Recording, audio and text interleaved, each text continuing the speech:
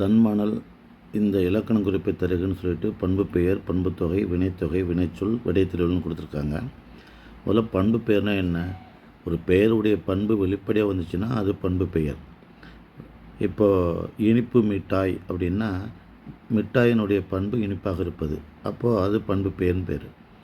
இதே பண்புத்தொகை அப்படின்னா இப்போ செம்மரம் அப்படின்னா மரத்தினுடைய பண்பு செம்மையாக இருப்பது, ஆனால் செம்மைன்னு இல்லை, செம்மரம்னு வந்திருக்குது. மை விகுதி மறைஞ்சு வரதுனால பண்புத்தொகை அப்படின்னு சொல்லலாம். வினைச்சொல்னால் என்ன? வினைச்சொல் அப்படின்னா ஒருடைய வினையை குறிக்கணும், காலம் குறிக்கணும், அது எந்த பாலுங்கிறது குறிக்கணும். இப்போ சென்றான் அப்படின்னா அது இறந்த காலத்தை குறிக்குது, ஆண்பாலை குறிக்குது.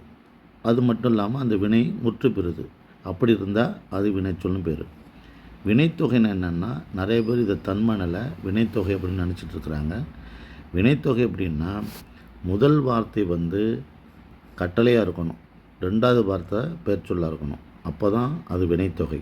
இங்கே தன் அப்படிங்கிறது தண்ணீரை குறிக்கக்கூடிய தன் அப்படின்னா குளிர்ச்சின்னு அர்த்தம். அப்போ குளிர்ந்த மணல், மணல் வெப்பமாகவும் இருக்கும், குளிர்ந்தாகவும் இருக்கும். இப்போ தன் மணல் அப்படின்னா மணலுடைய பண்பு தன்மையாக குளிர்ச்சியாக இருப்பது. அப்போ தன்மை மணல் என்பது தான் தன்மணல்னு வந்திருக்குது.